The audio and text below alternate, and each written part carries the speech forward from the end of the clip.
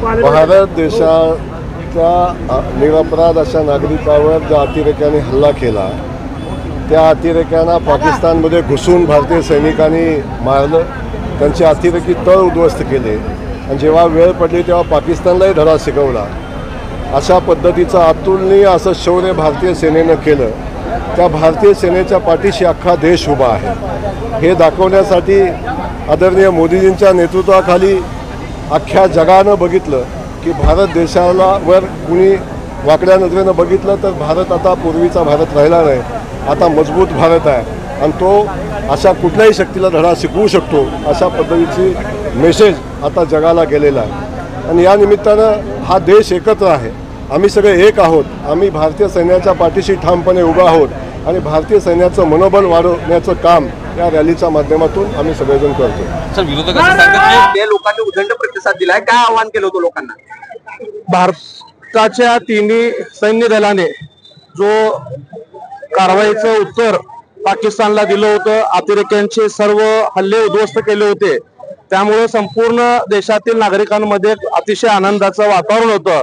सैन्याने विशेषतः भारत सरकारने जे कारवाई केलेली आहे त्याच्याबद्दलचा समाधान सर्व देशातील नागरिकांना होता। विशेषतः ज्यांचा जीव पहलगामच्या हल्ल्यात गेला त्यांच्या कुटुंबियाला देखील अपेक्षा होती की आपल्या भारत सरकारने, आपल्या सैन्याने पाकिस्तानचा अतिरेक्यांचा बदला घ्यावा। ती जी बदलाची भावना भारत सरकारने ठेवून पाकिस्तानवरती जोरदार हल्ला चढवत त्यांच्यावर मोठी कारवाई केली, त्याचा आनंद आणि त्यांचं सैन्य दलांचं आभार व्यक्त करण्यासाठी, त्यांना प्रोत्साहन देण्यासाठी या तिरंगा यात्रेचं आयोजन केलं होतं।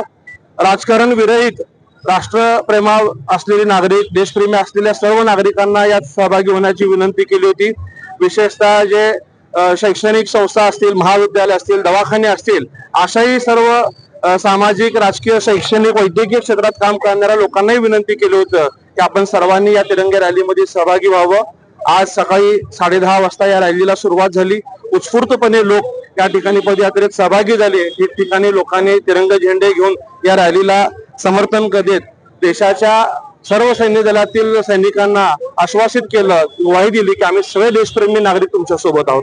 खासदार आले पण 2 आमदार आले, त्यांनी आपण ही यात्रा केवळ 1 दिवसाच्या नियोजनावरती केली होती, सर्वांना निमंत्रण देण्याचा प्रयत्न केला। पूर्वी मंडलनिहाय म्हणजे विधानसभा निहाय यात्रा आयोजन करण्याची सूचना प्रदेशाकडनं होते। ऐनवेळीच काल निरोप आला की 15, 16, 17 ह्या स्तरावरती शहर जिल्ह्याचं आयोजन शहरात व्हावं आणि नंतर 18, 19, 20 या 3 दिवसात तालुका स्तरावरती म्हणजे विधानसभा स्तरावरती व्हावं। निश्चित तेही आमदार महोदय त्यांच्या विधानसभा मतदारसंघात तिरंगा यात्रेचं आयोजन करतील हा विश्वास। एकीकडे विजयोत्सव